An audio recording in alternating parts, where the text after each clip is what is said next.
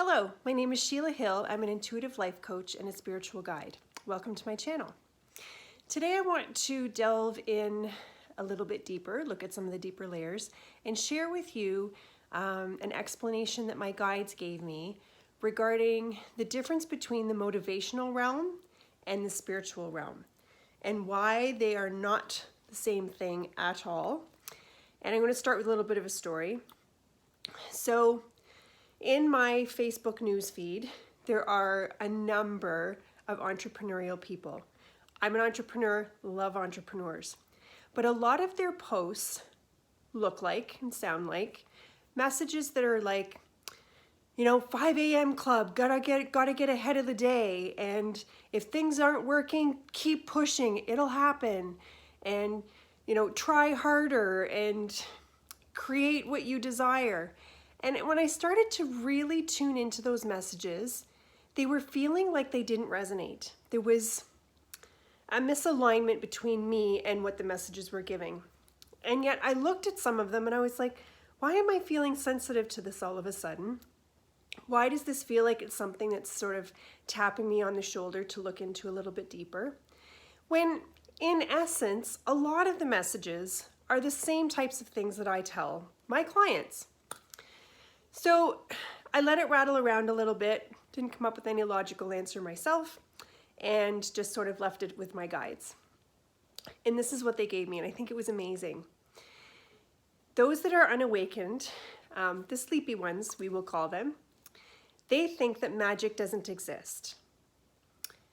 The motivational realm people that subscribe to the motivational realm, like Tony Robbins, not just to point him out, but as one, maybe Mel Robbins, just trying to think off the top of my head, Robin Sharma maybe.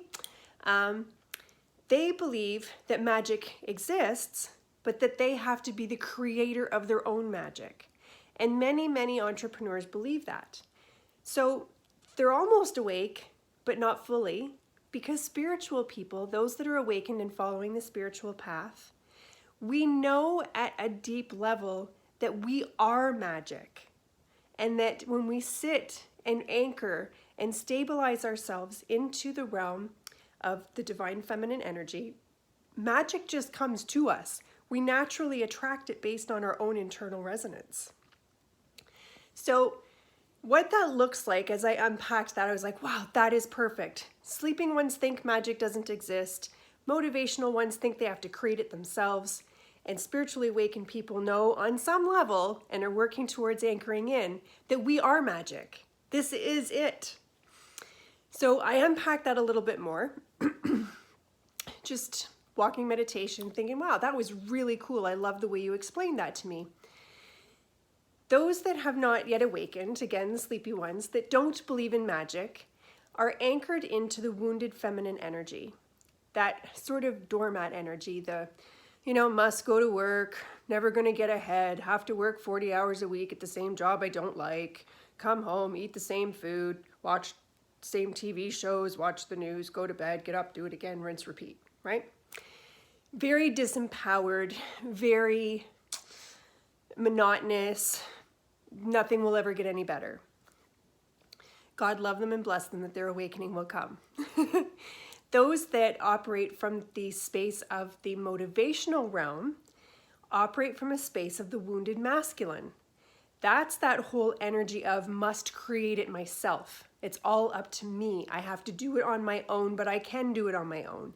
And to a certain degree, they do achieve incredible success. It's much better, much, much better than being in the wounded feminine energy of the unawakened ones. But it's a lot of push. It's a lot of, if it doesn't work, work harder. If it doesn't, pan out, try again. And I'm just being silly. I'm not criticizing like the 5 a.m. club. And like, you just have to keep at it, keep at it, keep at it.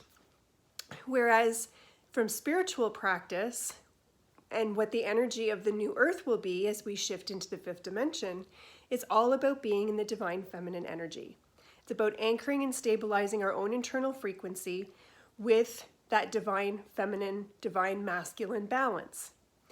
Now, the divine feminine energy is that of inner knowing, she knows, she, he, it's gender neutral. She knows that she is a divine being of light and that she came here to have an abundant experience. And that as long as she sits in that space of all is well, all is unfolding for me as it should be, as it needs to be, non-reactive to people, places, and things that don't require it, she sits in that place of deep inner knowing, of calm, and it's a very receiving type of energy. She receives downloads, perhaps what to do next. And then the doing energy comes from the divine masculine space. But these two divine energies, divine feminine and divine masculine, are a part of the awakening process. It's a part of the releasing of the parts of our ego that are keeping us stuck. It's about healing. It's about raising our vibration. It's about embracing our divine self. And for some, not all, those that follow the motivational realms, they are actually sort of missing out a little bit. They woke up enough to realize that living a very robotic, monotonous, non-fulfilling existence isn't enough for them, which is amazing, but they haven't quite taken their awakening far enough yet to understand that they don't have to create all of their magic by themselves. So if this is you, if you are highly resonating with my message this evening, then all you need to do is not push quite so hard. It isn't all up to you. You have a universe outside of you that's working with the universe inside of you to automatically bring you everything that you've ever wanted or desired for your life experience. But when you get all into it, motivated into it, you kind of pinch yourself off from the magic that's trying to make its way to you by itself. So take your awakening one step further and be an allowance for your outer universe to work with you. Because at the end of the day, once you remember that you are magic too, then it will all unfold for you in divine timing and perfect alignment without you having to maybe get up at 5 a.m. I certainly won't be. Anyway, I hope that you've enjoyed this little unpacking video on the difference between the motivational realm and spirituality. Until next time, love to you all. Bye-bye.